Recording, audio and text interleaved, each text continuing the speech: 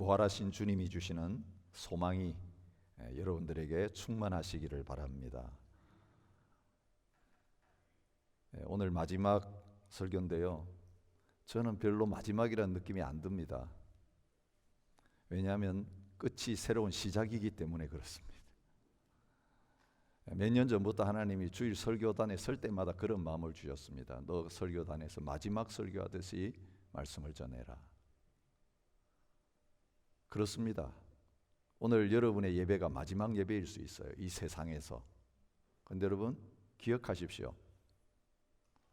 오늘 이 땅에서 우리가 드리는 예배, 또 하루 사는 삶이 마지막이라고 할지라도 이 세상에 끝나고 나면 하나님 나라에서 새로운 시작이 있습니다. 하나님의 백성들에게는 끝은 없습니다. 그러기에 끝은 절망이 아니라 소망입니다. 여러분, 오성강 목사가 끝나야 박영은 목사가 시작됩니다.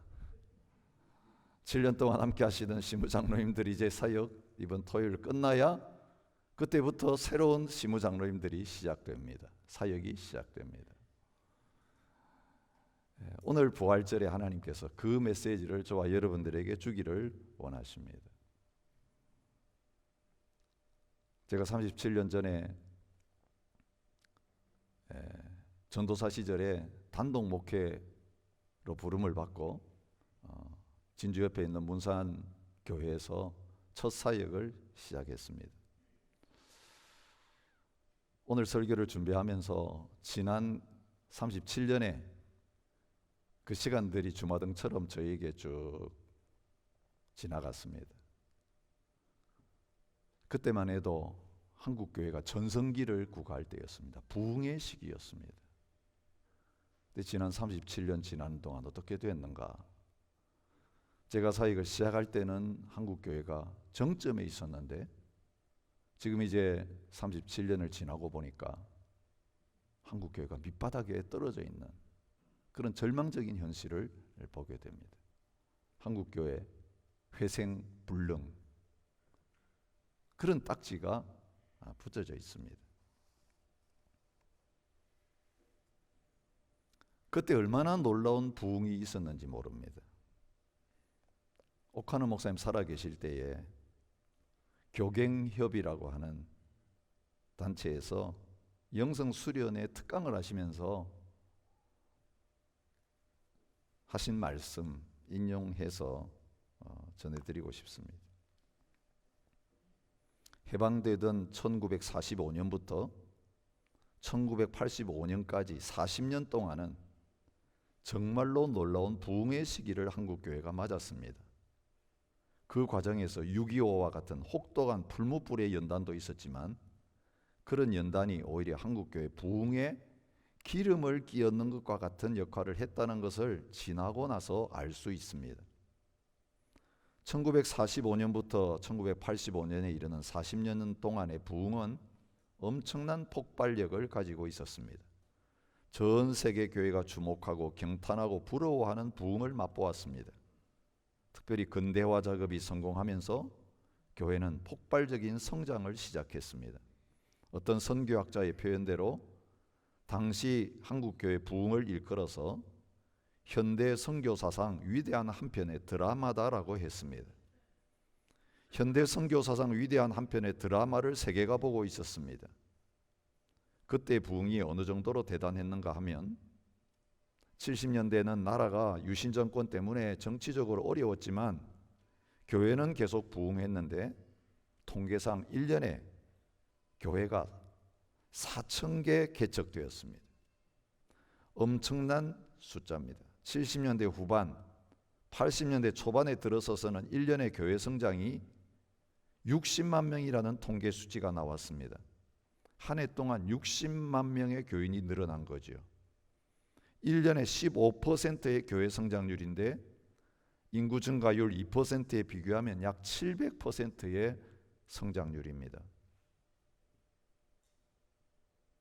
이렇게 부흥이 지속되면서 한국에 개신교가 들어온 100주년을 기념해 1984년 전 인구의 4분의 1, 약 1200만 명이 개신교를 믿고 있다는 것을 대내외적으로 공식화시킬 정도였습니다. 그러나 80년대 중반을 넘어서면서 이상기류가 드러나기 시작했습니다. 쉽게 말하면 개척이 어렵다는 말들이 여기저기서 들려왔고 각 교단의 통계 수치를 보면 불과 0.5%의 성장률을 보이기 시작했습니다. 왜 이런 현상이 일어나는가에 대한 여러 학문적인 평가나 사회적인 평가가 있습니다만 한 가지 분명한 사실은 침체기에 접어들었다는 것입니다. 80년대 중반이 지나면서 교회가 성장이 안 된다는 소리를 듣기 시작했는데 벌써 20년의 세월이 흘렀어요. 그런데 이 20년 동안 그 분위기를 벗어나지 못하고 있고 제 자신이 느끼기에는 점점 더 나빠지고 있다고 생각할 정도입니다. 침체라는 말 속에는 단순히 통계 수치만 이야기하는 것이 아닙니다.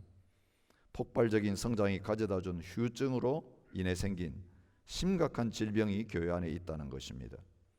교회가 감소함과 동시에 금방 치유하기 어려운 병을 앓고 있다는 이야기입니다. 이 말들을 묶어서 침체라는 단어로 표현을 하는 것 같습니다. 그 뒤로 약 20년이 흘렀습니다. 작년부터 닥쳤던 코로나 사태는 그나마 숨이 붙어있던 한국교회를 이제는 더 치명적인 자리로 끌어내리고 말았습니다. 올해 시작하면서 1월 29일에 개신교 여론조사기관인 목회데이터 연구소가 국민들이 교회를 어떻게 평가하는가에 대한 조사를 했습니다. 한국 교회를 매우 약간 신뢰한다는 응답은 21%인 반면에 별로 전혀 신뢰하지 않는다는 비율은 76%로 조사가 되었습니다. 여기는 우리 교인들도 포함되어 있습니다. 신뢰한다는 응답을 개신교인과 비개신교인으로 나눠보면 개신교인 중에 신뢰한다는 비율은 70%였지만 비개신교인은 9%에 불과했습니다. 문제는 시간이 지나가도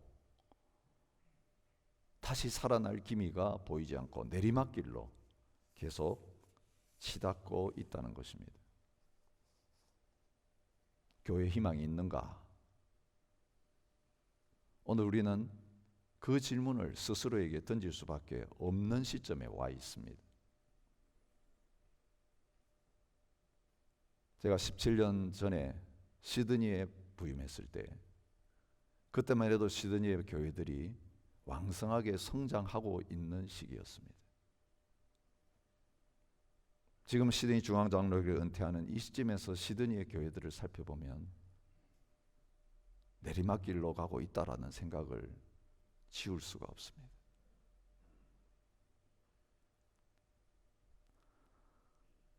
오늘의 현실을 바라보면서 하나님께서 에스겔에게 보여주셨던 그 환상이 생각납니다.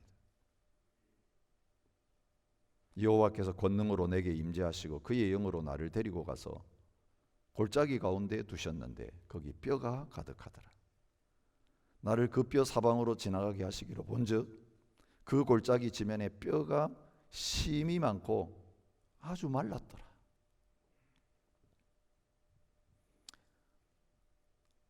에스겔과 이스라엘 백성들이 처했던 상황이 그런 절망적인 상황입니다. 이미 죽어서 뼈가 되었고 말랐고 그리고 뼈가 많았습니다. 근데 하나님은 에스겔에게 질문하십니다. 인자야, 이 뼈들이 능히 살 수 있겠느냐? 주님 아시죠? 어쩌면 베드로가 내가 나를 사랑하느냐라는 질문을 받았을 때 주님이 아십니다라고 스스로는 소망이 없는 줄 알고 주님께 떠넘겼던 것과 아마 비슷한 상황인 것 같습니다. 그때 하나님이 대답하십니다. 에스겔의 생각과는 다른 대답을 하십니다. 주 여호와께서 이 뼈들에게 이같이 말씀하시기를 내가 생기를 너희에게 들어가게 하리니 너희가 살아나리라. 이게 부활에 대해서 말하는 것입니다. 생명이 없으면 죽고 생명이 들어가면 산다는 것입니다. 하나님 사람을 창조하실 때도 그렇게 하셨습니다. 흙으로 사람 만드셨습니다. 그건 죽은 사람입니다. 내 코에 생기를 불어넣으시니 살아있는 사람이 되었습니다. 이게 창조의 원리입니다. 죽었던 것을 다시 살리시는 재창조의 역사를 하나님께서 이루실 것을 말하고 있습니다. 그리고 하나님은 해석해 주십니다. 인자야, 이 뼈들은 이스라엘 온 족속이라. 그들이 이르기를 우리의 뼈들이 말랐고 우리의 소망이 없어졌으니 우리는 다 멸절되었다 하느니라. 끝났다, 끝장났다, 소망 없다. 그들이 말하는 현실을 보여주십니다. 그런데 하나님 말씀하십니다. 내 백성들아, 내가 너희 무덤을 열고 너희로 거기에서 나오게 한즉 너희는 내가 여호와인 줄을 알리라. 여러분, 예수님 오셔서 부활하심으로 말미암아 오늘 우리에게 이 영원한 생명 주시기를 원하십니다. 그래서 죽음의 권세를 이기시고 3일 만에 다시 살아나신 것입니다. 부활하신 주님이 주시는 이 영원한 생명이 저와 여러분들과 하나님의 교회 가운데 충만한 부활절 되시기를 주님의 이름으로 축복합니다. 그때 절망이 소망으로 바뀌는 역사가 일어나게 되는 것입니다. 그래서 부활절은 교회의 생일이라고 할 수 있습니다. 교회를 다시 시작하게 하는 그런 절기라고 할 수 있습니다. 2주 후에 저희 교회 40주년 창립기념주일이지만 오늘 부활주일입니다. 1981년 4월 19일은 부활주일이었습니다. 그때 하나님께서 시드니 중앙장로교회를 시작하게 하셨습니다. 부활은 교회를 시작하게 하는 능력입니다. 한국교회도 그렇습니다. 1885년 4월 5일이 부활주일이었습니다. 그때 인천 제물포항을 통해서 장로교, 감리교를 대표하는 선교사였던 언도드와 아펜셀러가 한국 땅에 첫 발을 내디뎠습니다. 알렌이 도착한 1984년을 한국교회 시작으로 보면서 100주년을 치렀지만 공식적으로 선교사가 파송되어서 첫 발을 내디딘 것은 그 다음 해인 부활절이었습니다. 아펜셀러는 한국에 도착한 다음에 선교본부에 다음과 같은 편지를 보냈습니다. 우리는 부활절에 이곳에 도착했습니다. 이날 사망의 빗장을 산산히 깨뜨리시고 부활하신 주님께서 이 나라 백성들이 얽매여 있는 굴레를 끊으사 그들에게 하나님의 자녀가 누리는 빛과 자유를 허락해 주옵소서. 부활주일과 함께 예수님의 부활과 함께 새로운 40년을 시작하는 시드니 중앙장로교회가 되시기를 주님의 이름으로 축복합니다. 그리고 이 창립기념주일에 함께 시작하는 시드니 갈렙교회도 다른 어떤 거 붙들고 시작하지 말고 다시 살아나신 주님을 붙들고 새롭게 출발하는 교회가 되어질 수 있기를 원합니다. 여러분, 우리가 그동안 누가복음을 묵상하면서 발견한 사실은 이것입니다. 예수님의 죽음과 더불어 모든 것이 끝장난 것처럼 보였습니다. 예수님도 돌아가셨고 제자들도 다 흩어졌고 하나님 나라의 소망도 메시아에 대한 기대도 산산조각이 나고 무덤에 묻혀버린 매장된 그런 영적인 현실이었습니다. 여러분, 이런 상황 속에서 교회가 시작될 거라고 기대한 사람은 아무도 없었습니다. 아니, 사람이 있어야죠. 조직이 있어야죠. 재정이 있어야죠. 세상적인 권력이 있어야죠. 뭘 가지고 하나님의 나라가 이 땅 가운데 임하고 교회가 시작될 수 있겠습니까? 백성들마저 희망을 잃어버렸습니다.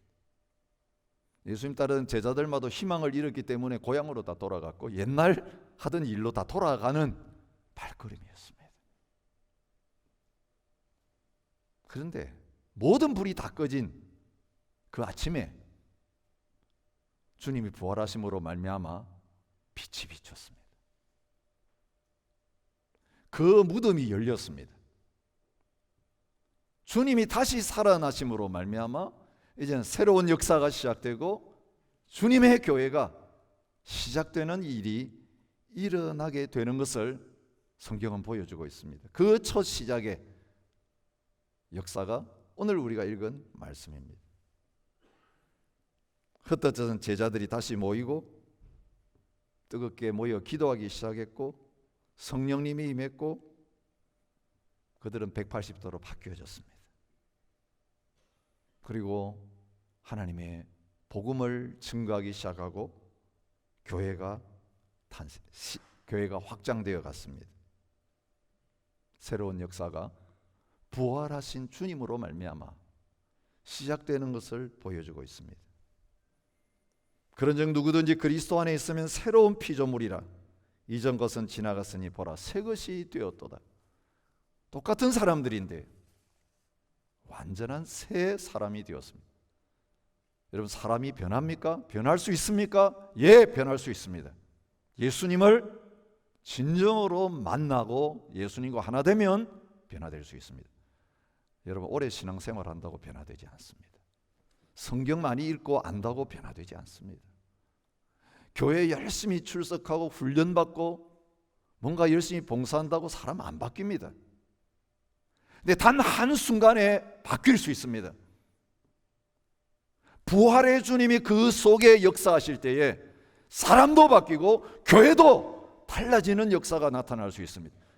죽은 사람이 살아나는 이것을 기적이라고 부르는데 그것보다 더 놀라운 기적은 영적으로 죽었던 저희들이 다시 살아나는 것입니다. 그때 어떤 일이 일어납니까?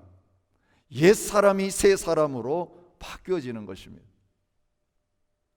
여러분 죽었던 교회가 다시 살아날 수 있습니다. 뿔뿔이 다 흩어졌던 교회가 다시 시작되는 역사가 일어날 수 있습니다. 부활의 주님이 찾아오셔서 만나주시면 그런 놀라운 일들이 시작되는 것을 성경은 보여주고 있습니다. 우리의 끝이 예수님의 시작입니다. 그래서 바울은 갈라디아서 2장 20절에서 고백하는 것입니다. 내가 그리스도와 함께 십자가에 못 박혔나니 그런즉 이제는 내가 사는 것이 아니요 오직 내 안에 그리스도께서 사시는 것이니라. 그렇습니다. 우리가 온전히 죽을 때 주님과 함께 다시 사는 역사가 일어납니다. 이런 거듭났다는 것은 바로 그런 뜻이에요. 우리 안에 예수님의 새 생명이 잉태되고 출산되고 성장하기 시작하는 그런 역사를 말하는 것입니다. 주님은 십자가에서 죽으시고 부활하심으로 말미암아 새로운 성전을 시작하셨습니다. 오늘 우리 일부 예배 때 헌당 감사 예배로 함께 드리고 있습니다. 무엇이 성전입니까? 무엇을 우리가 하나님 앞에 봉헌해야 하는 것입니까? 돌아가시기 전에 예수님이 말씀하십니다. 이 성전을 헐라 내가 사흘 동안에 일으키리라. 46년 동안 지은 성전을 너가 3일 만에 일으키겠느냐? 질문하는 그들에게 대답하십니다. 자기 육체가 성전인 것을 가리켜서 말씀하셨다. 요한은 그렇게 해석을 하고 있습니다. 부활하신 다음에야 그것을 기억하고 제자들이 믿었다라고 말해주고 있습니다. 골로새 1장 18절은 교회에 대해서 이렇게 말합니다. 그는 예수님입니다. 몸인 교회의 머리시라. 그가 근본이시요 죽은 자들 가운데서 먼저 나신 이시니 이는 친히 만물의 으뜸이 되려 하시며 죽은 자들 가운데서 먼저 부활하신 첫 열매가 되심으로 말미암아 그 예수님께서 머리가 되셔서 만물의 으뜸이 되셔서 교회를 다시 살리실 뿐만 아니라 교회 하나님의 백성들을 통해서 썩어짐의 종노릇 하면서 신음하고 있는 온 피조물까지 다시 회복시키시고 살리시는 놀라운 역사를 행하신다고 말씀하십니다. 에베소서 2장 20절부터 22절 말씀입니다. 너희는 사도들과 선지자들의 터 위에 세우심을 입은 자라. 그리스도 예수께서 친히 모퉁이 돌이 되셨느니라. 그의 안에서 건물마다 서로 연결하여 주 안에서 성전이 되어가고 너희도 성령 안에서 하나님이 거하실 처소가 되기 위하여 그리스도 예수 안에서 함께 지어져 가느니라. 여러분, 아이러니컬한 것은 초대교회 성령님이 임하시고 사도들이 복음을 전하고 성도들을 훈련한 장소가 건물 성전이었습니다. 무너지지 않은 아직 남아있는 그 성전에서 모였습니다. 그리고 거기에서 하나님의 백성들, 예수 믿는 새 생명들이 잉태되고 출산되고 그리고 온 세계 곳으로 다 흩어지는 역사가 나타났습니다. 그 다음에 그 건물 성전이 무너집니다. 돌 위에 돌 하나 남지 않고 다 없어집니다. 왜요? 진정한 교회, 진정한 성전이 세워졌기 때문에 그렇습니다. 하나님은 오늘 이 부활신앙으로 이곳에 있는 시드니 중앙장로교회 성도님들, 앞으로 시드니 갈렙교회를 섬길 성도님들을 성전으로 다시 세우기를 원하고 계십니다. 모퉁이 돌 대신 예수님하고 연결되어야 합니다. 살아있어야 합니다. 그러면 어떤 박해가 와도, 어떤 고난이 와도, 어떤 어려운 상황이 와도 죽지 않습니다. 끝장냈다라고 생각했는데 다시 살아납니다. 세상이 감당치 못할 사람들이 될 것입니다. 음부의 권세가 이길 수 없는 존재들로 바뀌어지는 역사가 나타나게 될 것입니다. 어떻게 그 역사를 시작하는지 오늘 말씀이 보여주고 있습니다. 주님이 세우시는 교회, 누구를 통해서 세우셨습니까? 그 당시 유대 사회 속에서 가장 업신여김을 받고 천대를 받고 무시를 당하던 여인들을 통해서 새로운 역사가 시작되는 것을 보여주고 있습니다. 여러분, 하나님의 나라가 시작되는 현장은 다 그렇습니다. 누가복음을 통해서 보여주시는 현장이 바로 그런 현장입니다. 죄인 중에 죄인들인 세리와 창녀들, 무시하기 짝이 없는 갈릴리 출신의 어부들, 세상 사람들이 볼 때 아무 소망이 없다고 하는 그런 밑바닥 인생들, 땅에 속한 사람들, 예수님이 찾아가셔서 자기 백성으로 불러 모으셔서 하나님의 나라를 시작하셨습니다. 여러분, 재미있는 것은 먼저 제자들을 통해서 시작하신 게 아니에요. 제자들은 남자입니다. 당연히 교회를 세워야 될 책임이 있는 사람입니다. 그 제자 중에 베드로 어떤 사람이어야 합니까? 이 반석 위에 내 교회를 세우리니 했으니 예수님이 부활한 다음에 베드로부터 찾아가 가지고 너 열쇠 어디 있냐? 이제 교회 시작하자라고 했어야 마땅합니다. 근데 아니에요. 오늘 본문에 보세요. 여자들이 먼저 예수님의 부활에 대한 믿음을 가지고 제자들에게 찾아가 가지고 알려줍니다. 베드로는 그제서야 이 여자들의 말을 듣고 무덤에 옵니다. 근데 여자들은 믿고 전했는데 베드로는 놀랍게만 여기고 안 믿었습니다. 이걸 보여줍니다. 여러분, 사람들이 이 사람은 뭔가 대단한 일을 할 수 있을 것이다. 이 사람이 교회에 오면 굉장히 놀라운 봉사를 하고 헌신을 할 수 있을 것이다. 주님은 죄송하지만 그런 사람은 안 쓰십니다. 그렇게 하고 교회를 세우려고 하고 헌신하고 봉사하려고 하면 돌에 짓밟히고 깨지는 역사가 일어나게 되어 있습니다. 하나님은 어떤 사람 찾으시냐면 이미 깨진 사람들을 찾으세요. 이미 부서진 사람들을 찾으세요. 그래서 병자들을 찾아오시는 거예요. 돈 없는 가난한 사람들을 찾아오시는 거예요. 배운 게 없는 무식한 사람들을 찾아오시는 거예요. 사회적인 약자인 어린아이들과 과부들, 여인들을 찾아오십니다. 지금 호주는 권력의 한복판에서 여성들을 비하하고 학대하고 추행하는 이 사건으로 지금 들끓고 있습니다. 여러분, 서양 세계, 여성들이 대우받는 세계였다고 착각하지 마십시오. 불과 얼마 전까지 해도 여성들 투표권도 없었습니다. 지금도 마찬가지입니다. 예수님 오신 지 2000년이 지났는데도 지금 온 세계 곳곳에서 얼마나 여성들이 여자로 태어났다는 것 하나 때문에 멸시와 천대를 받고 있는지 모릅니다. 누가복음에는 다른 복음서가 기록하지 않는 여인들의 이야기가 가득합니다.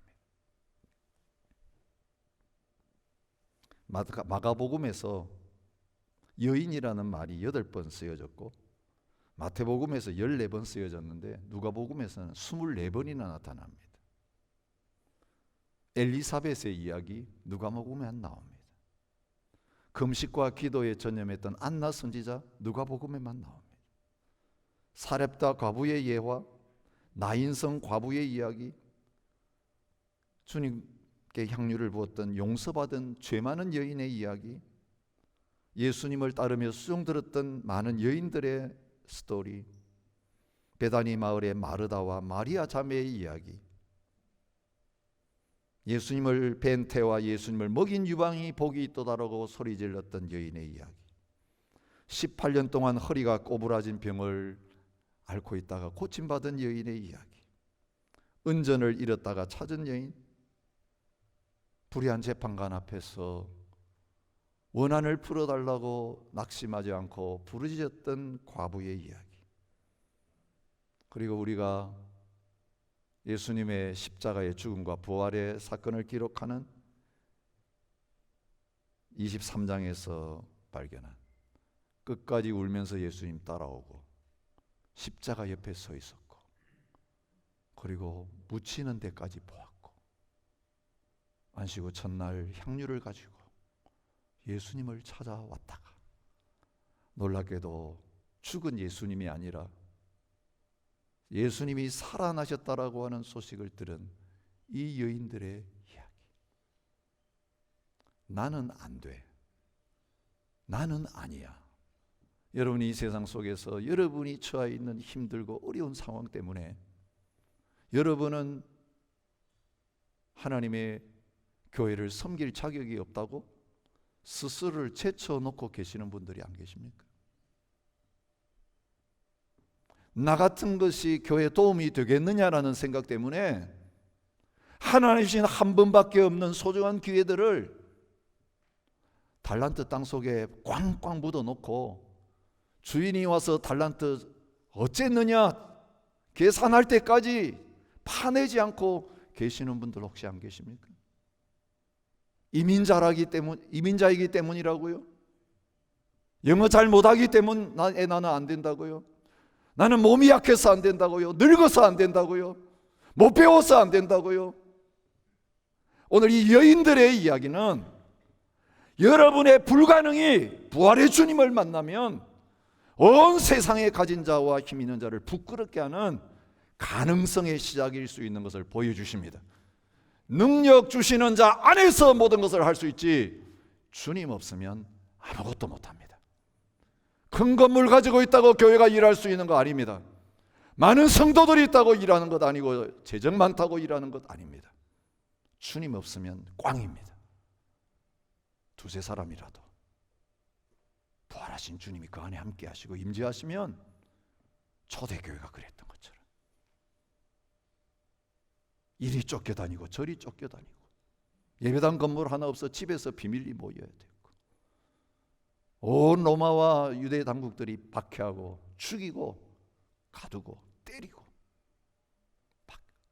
멸절시키려고 했지만 그렇게 할 수 없었던 이런 놀라운 역사가 일어나게 될 것입니다.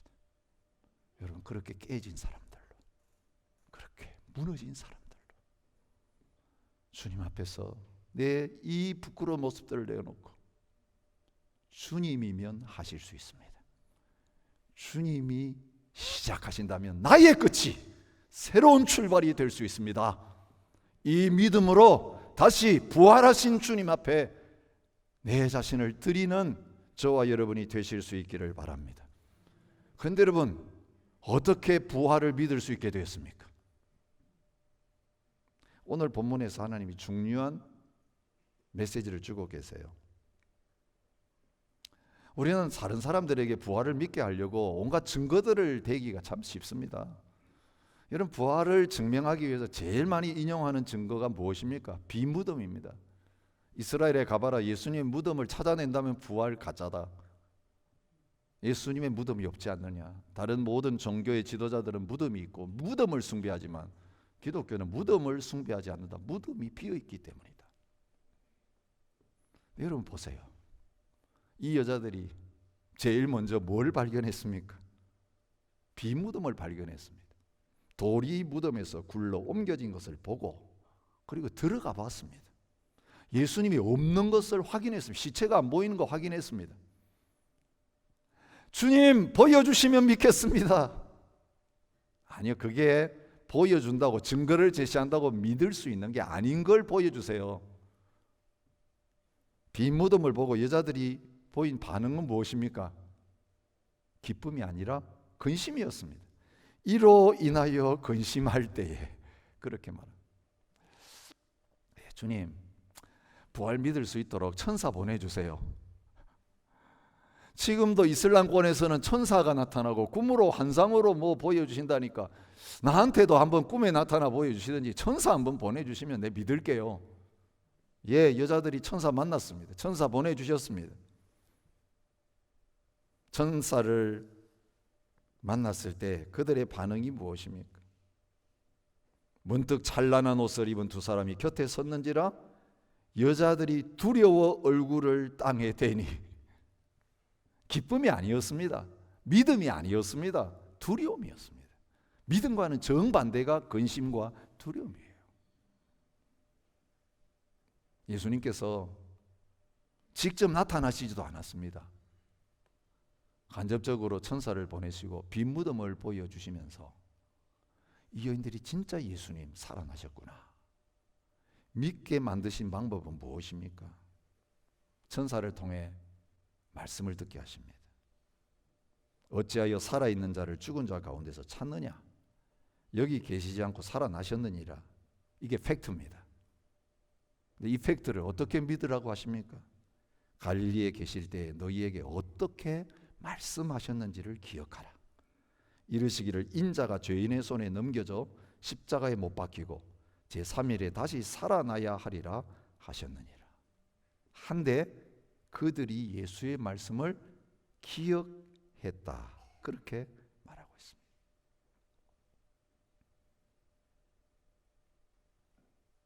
기억하니까 달라졌어요.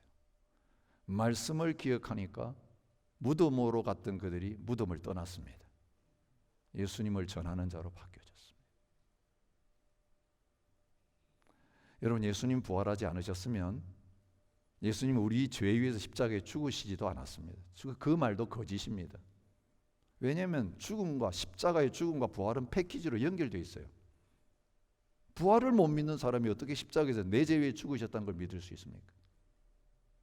우리 죄를 위해 죽으신 주님은 그 십자가의 공로를 우리에게 전가하셔서 이제는 우리 것 되게 하시려고 다시 살아나셨다고 로마서는 기록하고 있습니다. 우리를 의롭다 하시는 그 역사는 주님이 십자가에 죽으시고 부활하심으로 말미암아 완성이 된 것입니다. 예수님 그래서 살아계실 때 죽기 전에 부활하시기 전에 이 3일 만에 다시 살아나야 된다는 것을 누가복음 9장 22절에서 44절에서 18장 32절에서 반복해서 제자들에게 가르쳐 주셨는데 여인들도 제자들도 그 말씀 들었지만 너무 비현실적인 이야기라서 안 믿었습니다.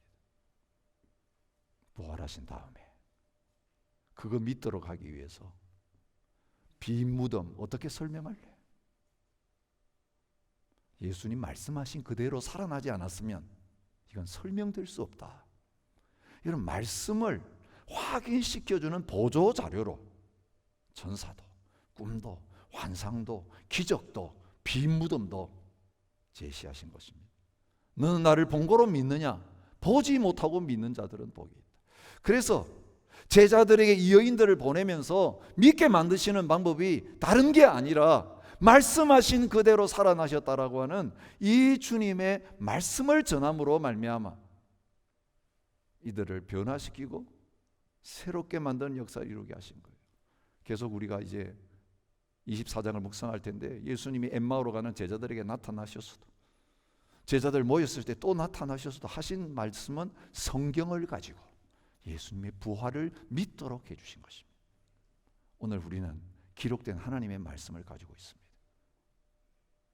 예수님이 우리 죄를 위해 죽으셨을 뿐만 아니라 이제는 다시 살아나셔서 저와 여러분 예수님 믿을 때 우리 안에 들어와 계시고 능력 주시는 예수님을 통해서 살아계신 주님께서 하셨던 모든 일들을 우리도 하고 그보다 더 놀라운 일들도 하게 되어지는 그런 역사를 이룰 것이라고 말씀하셨습니다.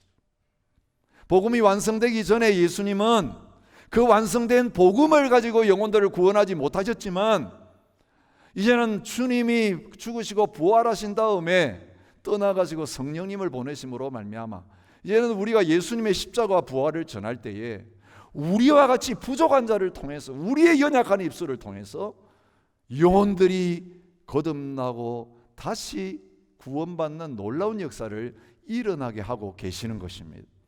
예수님은 기초를 놓으셨고 이제 그 기초 위에 집을 세우는 일은 다른 사람들에게 맡기지 않으시고 부족한 저와 여러분들과 함께 하시면서 성령님을 통해서 주님이 계속해서 하고 계시는 것입니다. 여러분, 교회를 세우는 건 딴 거 아닙니다. 이 십자가 부활의 복음 우리가 경험하고 우리가 전할 때에 교회는 세워집니다. 사도행전의 역사, 어떻게 교회가 세워지고 확장되어지느냐? 믿지 못하던 이 여인들 제자들 바꾸시고 이들을 증인으로 삼으셔서 이들이 증인되어서 또 다른 사람들과 열방을 향하여 나가서 예수님의 부활의 복음 전할 때에 믿는 자들이 생기고 하나님의 교회가 확장되어지고 든든하게 세워가자는 역사가 일어났다라고 말합니다. 하나님께서 그를 사망의 고통에서 풀어 살리셨으니 이는 그가 사망에 매여 있을 수 없었습니다. 이 예수를 하나님이 살리신지라 우리가 다 이 일의 증인이라. 오순절날 베드로가 전한 이 복음을 통해서 수많은 영혼들이 주님께 돌아왔습니다. 너희가 거룩하고 의로운 일을 거부하고 도리어 살인한 사람을 놓아주기를 구하여 생명의 주를 죽였도다. 그러나 하나님이 죽은 자 가운데서 그를 살리셨으니 우리가 이 일의 증인이라. 안전뱅이를 일으킨 다음에 전한 이 생명의 복음, 부활의 복음을 통해 수많은 영혼들이 주께로 돌아왔습니다. 우리는 유대인의 땅과 예루살렘에서 그가 행하신 모든 일의 증인이라. 그를 그들이 나무에 달아 죽였으나 하나님이 사흘 만에 다시 살리사 나타내시되 모든 백성에게 하신 것이 아니요 오직 미리 택하신 증인 곧 죽은 자 가운데서 부활하신 후 그를 모시고 음식을 먹은 우리에게 하신 것이라. 하나님이 죽은 자 가운데서 그를 살리신지라. 갈릴리로부터 예루살렘에 함께 올라간 사람들에게 여러 날 보이셨으니 그들이 이제 백성 앞에서 그의 증인이라. 여러분, 시드니 중앙장로교회는 지금부터 조심해야 됩니다. 헌당식 하고 좋은 건물 가지고 사람들이 모여들고 한국교회 80년대 바로 그런 일이 일어날 때 교회가 타락했습니다. 10년 동안 독일에서의 목회를 마치고 한국에 다시 1999년에 돌아갔습니다. 제가 목회 시작할 때는요, 이화 여대생에게 결혼하고 싶은 직업 물어보면 목사는 꼴찌였습니다. 근데 제가 99년에 돌아가 보니까 목사가 결혼하고 싶은 사람 중에 탑 클래스에 올라가 있었습니다. 그 뭘 반영합니까? 교회가 이제 살만해졌다는 거예요. 차 없는 교회가 없더라고요. 목사님들 차 안 가진 목사님들이 없더라고요. 저는 자전거 타고 목회를 시작해요. 교회 부임하니까 딱 자가용 새 거 빼가지고 주더라고요. 교수 수준의 사례를 주더라고요. 교회와 목사를 생각하고 있는 사람들의 존경도가 이 탑에 있었습니다. 5년 동안 한국 땅에서 목회하면서 깨달은 것은 이게 교회를 망치고 목사를 망치는 길이구나. 건물 있고 돈 있고 사람이 있으니까. 번영신학, 기복주의 신학, 표적 따르는 신학, 온갖 잡탕복음이 교회를 지배하고 있었습니다. 고난 이야기 안 합니다. 회개 이야기 안 합니다. 예수 믿고 죽자는 이야기하면 다 흩어질 것 같아서 그 복음은 싹 사라졌습니다. 그래서 교회도 죽었습니다. 건물 없어서 교회가 망한 거 아닙니다. 성도 없어서 망한 거 아닙니다. 프로그램 없어서 망한 거 아닙니다. 예수 없으면 교회 죽은 교회인데, 예수님 저 바깥에 가셨는데도 아무도 눈치 못 채고 있습니다. 예수님 다시 돌아와 달라고 부르짖는 사람도 없습니다. 예수 없이 잘 먹고 잘 살고 형통하면, 교회 성장하고 부흥하면 예수 없어도 상관없는 교회, 상관없는 성도가 돼버린 거예요. 그래서 하나님께서 우리의 영적인 실상을 보여주시기 위해서 모든 것들 다 걷어가시는 거예요. 뭐가 남아있는가 보게 하시는 거예요.